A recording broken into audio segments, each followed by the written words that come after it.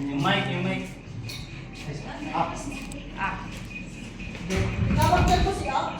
Ano daw? Sige. Ecclesiastes.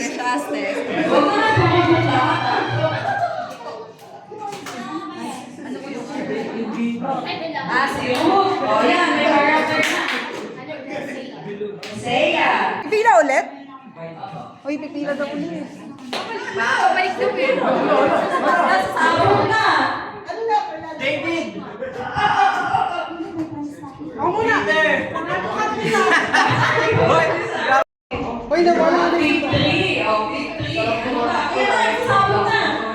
Matthew. Simon! Ano yun? Mount Sinai! Sinai. Kala ko Simon. King David. Okay, David. Christ. Oh, Christ. Oh, meron pa na. Letter O. Letter O.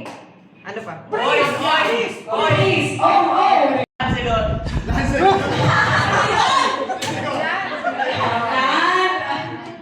Wala na. Ubus na. Yay!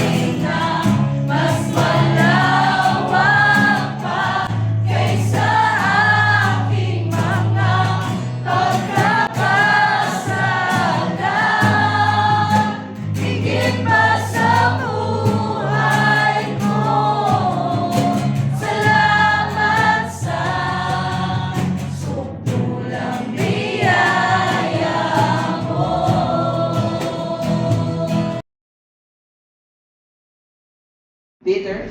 Sino pa? Andrew. Exactly. Sila po yan. Di ko lang alam kung yan po yung exact na picture, pero hinaram ko lang po yan.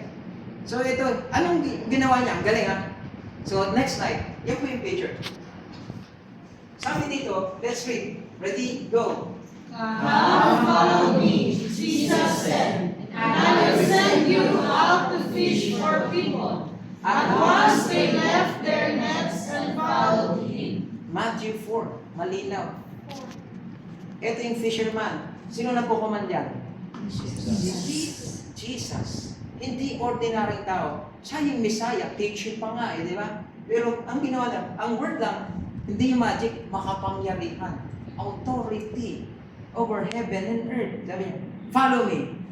Pero minsan tayo, 1, chapter 21 to hanggang 24, do what it says. We need to put into action. We need to apply the word. Tama? Sana po, this is my prayer. kung gaano ka kaganda, kapogi ngayon, sana ganun din yung ginagawa mo kayo. Tama?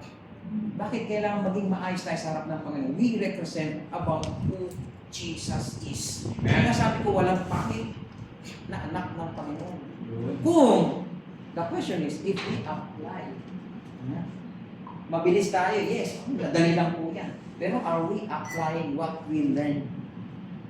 Tama? So sana, kahit mabaho ka ngayon sa ministry, sinunod mo naman ang Panginoon, mabango ka sa harap.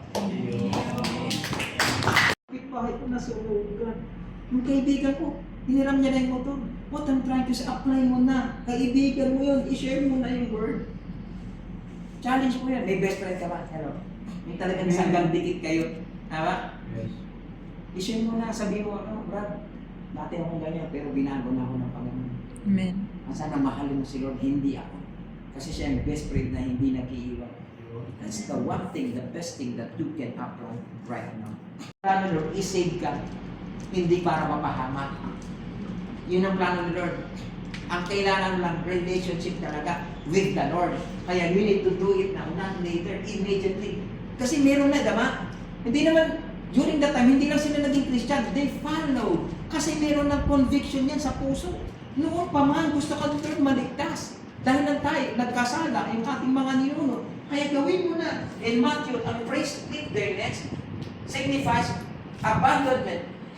Grabe, siguro ang kikitain ko ngayon, milyon, thousand, iniwan ko yun. Kinalimutan ko yun. Tama.